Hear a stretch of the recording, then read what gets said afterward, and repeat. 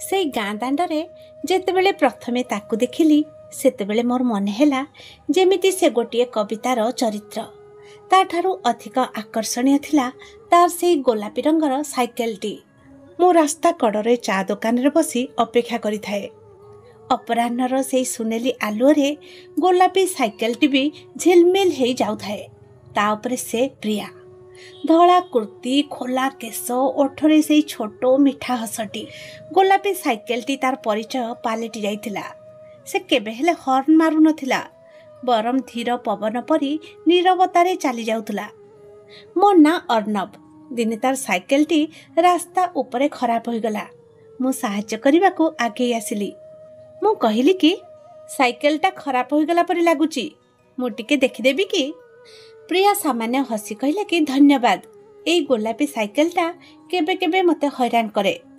से दिन प्रथम थर पई आमर कथबार्ता आरंभ हैला। साइकेलटी को ठीक करिबा बहानारे आमे अनेक समय पर्यंत कथा हेलु। से दिनठू प्रतिदिन से गोलापी साइकल रे से जाउथबा रास्ता को मु अपेक्षा करे।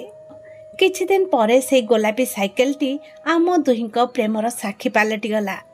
कॉलेज पाखरे थिबा से पुराना बरगछ मूले आमे भेट हेलु। से तार साइकेलटी को गछरे डेरी दिए आउ आमे दुहे धीर स्वर रे कथा हेउ। दिने संध्यारे से मते पछ सीट रे बसिबाकू अनुरोध कला।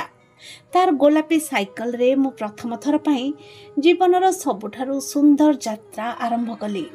धीर पवन, तार बास्ना, तार स्पर्श, सबु किछि एक मधुर स्वप्न परी लागुथिला। समय गड़ी चलला आउ आमे विवाह करिछु।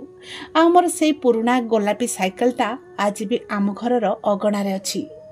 ताहा केवल एक साइकेल नुहे बरम आम प्रेमर प्रथम प्रतीक जहा आमको एकाठी करिथिला। मते लागे मु प्रिया को नुहे बरम प्रथमे तार ए गोलापी साइकेल को भल पाइथिली जी मते मोर प्रिया पाखको नेई आसीथिला।